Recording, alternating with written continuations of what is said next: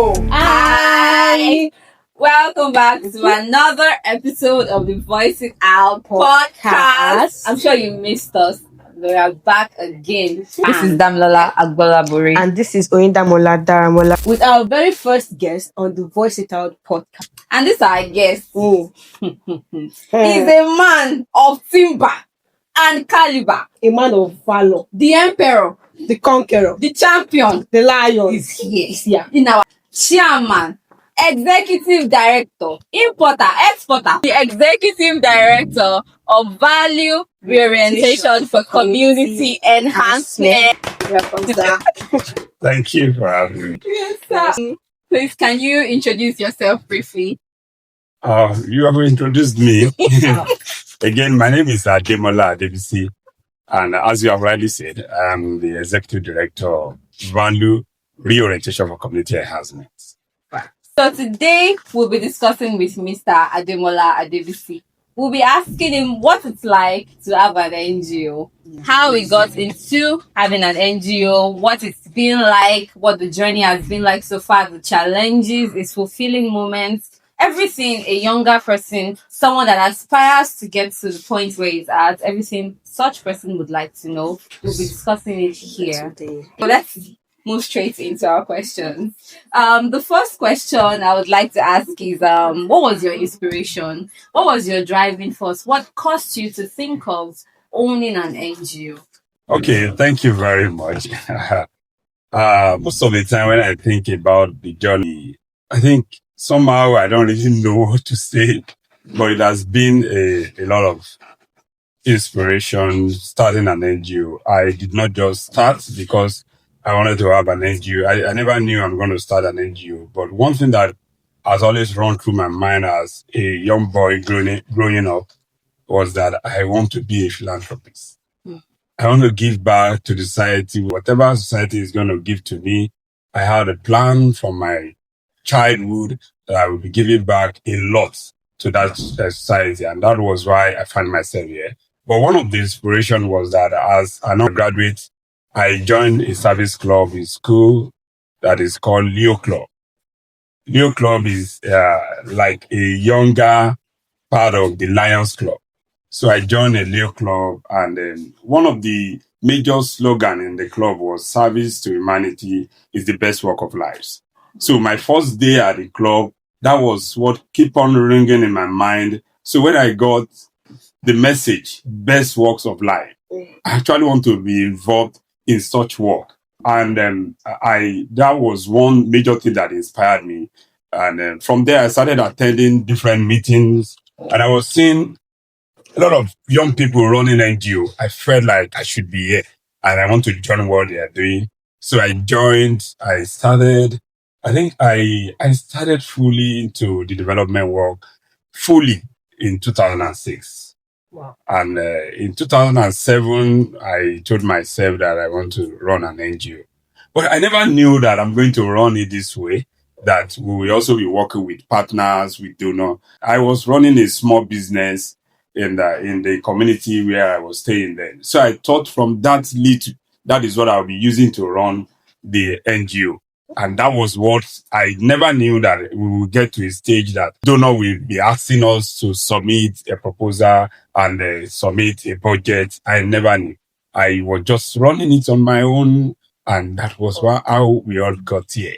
It's so nice to know that you were willing to start with your own funds, just out of goodwill, just out of, caring for other people. Yeah. That's fantastic. On a typical day, as an executive director of Fast Nigeria, what does your day look like? My day look like, if you have ever been to the mechanic shop and you look at a mechanic, a typical Nigerian mechanic, you know how it's going to look like. That has always been how my day always look like. It's always a 30 day for me, even without you seeing me lifting a piece of paper. Mentally, chaotic day. It is always so much because I have to respond to a lot of things. I told some group of people, I said a few years ago, I actually took up different courses on the management, on mental health issue. Because I knew that I'm going to be working with different people from diverse background, from different communities. They are growing up with different, so it's going to be a different ball game entirely. So I actually prepared my part. I prepared a lot. I work so much. I also prepared to meet with anybody.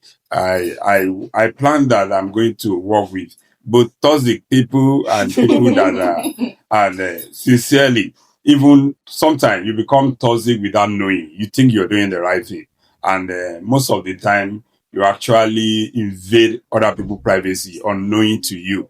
So, as a leader, everybody must invade your privacy and expect that you will not be satisfied by what a lot of people are doing. So, but you have to show that you are satisfied. Expect that larger percent of people that are working with you will offend you. You have to take it that you are not offended if you really want to go far. And I think that has always been my day, and it's always from Monday to Sunday. Wow. Even when I'm not in the office, I have something to settle. I have something to make sure that such sit right with other people. So there are a lot of things to settle every day. As I woke up this morning, I already wrote them down. The one that I envisage and the one that I say, these are part of things that may happen. I'm not sure it will happen, but and I can tell you just few hours to the day, I've seen a lot. Already manifesting. Yes. So it's good to know that you work 247, and it's very understandable that this might be quite challenging. So I'd like to ask, you said you've been in the NGO space since 2006. And so we can say that, give or take, you've been at this for about 20 years now. Yeah, by September, To be 20 it years. will be 20 years. Being in this space. Now, I'm sure that you've had a lot of challenges. But I would like you to pick one, your biggest challenge since all of this has started. Okay.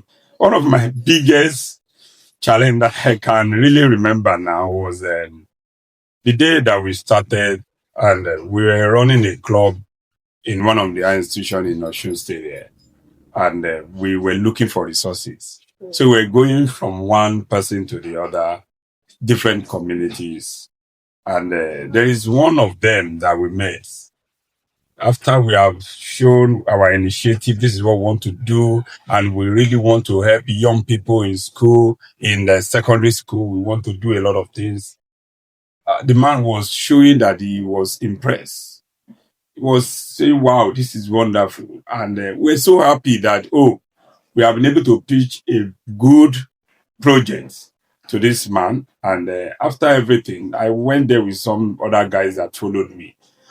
As we were going out, he has promised us heaven and earth. As we were going out, he called me back. He said, who is your leader? Tell me who. Everyone is pointed at me, and he said I should come back. So immediately I moved back to him. He said it in Yoruba. He said, Orewa. Oh, Lord, what says it? He said, Ooh. that you should go and look for a job. That this is not a job. And I just smiled. I couldn't tell every other member of the team so that I will not be discouraging them, because I have to be with them to follow me. So that day, I got back home, and that has really shaped my mindset. And you will hardly see me soliciting for resources from an individual. No, I would rather write to a group or to an organization, to a company. That is what I would rather do. But because I was already in the development space, I was not ready to leave, but I wanted to give up running an NGO. I wanted to take up a job, full-time job, instead of running an NGO. And I decided to stick to this. We are glad you didn't give up. We are very glad. Very glad. Sir, on a normal day as an ED, how do you balance your emotions with dealing with staff, with dealing with individuals, and even wherever you find yourself? Because you must not be found being partial, if I'm not. Yeah. You must not be partial emotionally, resources-wise. So how do you balance that? So immediately I got to the bathroom in the morning, all my emotion, I left them in the bathroom. Immediately. And that is the truth. I don't go to work with any forms of emotion. You can see me angry, and then immediately you see me talking it out, and I'm just joking because I also feel like the person or whosoever it is or group of people that may have caused that, they also have a lot of things that they are passing through. So that may actually cause it. And I also want to be careful so that I will not be causing more problem to people that are working with me. Thank you very much. Which now goes to add that since you've begun this vision of yours, what has been your most fulfilling moment? Thank you so much. I have had a lot. I want to pick one from that. I can say that I've been so much happy to see a lot of results, and that has been happening since 2008. But you see, the recent one is the VGLH project. And last year, when the first cohort was graduating, it was one of my greatest moments when I saw the girls that came in about 2 years ago. Not sure what is going to happen to them. I just know that we want to run with this vision. We want to care for this girl. Some of them couldn't even spell their name convincingly. Some of them were not proud enough to say they are back to school because they are not sure if they're going to leave and graduate from that school. So seeing them, listening to them saying what they have been able to achieve, I sincerely, if you were sitting beside me that day, you know that I was actually shedding tears. And that has been one of my greatest days, seeing girls that have lost hope coming back with strength and power and saying, I can get anywhere. And all of them now gain admission into our institution, and then like it's a normal thing for them now. So that alone is one of my biggest achievements that makes me to turn around the bed. As I can't really stay in one place to think about that achievement. And let me add one. The other one was the team that I don't know how we gathered ourselves. I can tell you that the team that has been working with me for the last couple of years has been wonderful too. Everybody has played their role perfectly well. I get home every day to just say thank you, God, for this privilege. Finally, we would like to ask, what advice do you have for a young person in the development space that wants to go into running an NGO? What would you say to them? There is this word from the materials from VSO, Voluntary Service Organization. And they say volunteers are not being paid, not because they are worthless, but it's because they are priceless. So if you can define that word very well, you know that the development space doesn't really have so much for every beginner, but it has a lot for everyone that have found themselves in that space and that are intentional, that really want to do the work and want to serve. It's not about the money. Everybody needs money, but the minute you put the money in her head, I never knew that I will traveled fully sponsored. I never knew that I will get anything. I never knew that I will be paid for attending trainings. I did not come with that ideology. I actually came because I wanted to add value to the society. So immediately you have that mindset that first thing first, let me add value. Other things will follow. And that is my advice. Don't be greedy. Don't think you can cut corners. The development space is not meant for people like that. Everyone that want to find themselves here, that is not money first. It is the work first. Let people be able to talk about how disciplined you are and how skillful you are and what you can do with or without money. So I think that will take you anywhere that you want to get to in this space. Thank you so much, sir.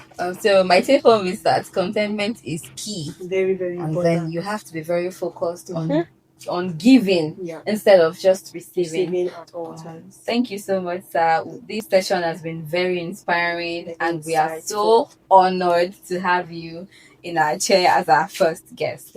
Thank you so much. So, you know our usual message. This is the end of our session. We have come to the end. As usual, we're telling you to follow us on all our social media platforms. Yes. Like, share, and subscribe on YouTube. Follow us on Spotify. Follow us on TikTok, Instagram, everywhere. Make sure you are following us back to back because we've only just started. Promises, as I always say, it will be fun and you will love it.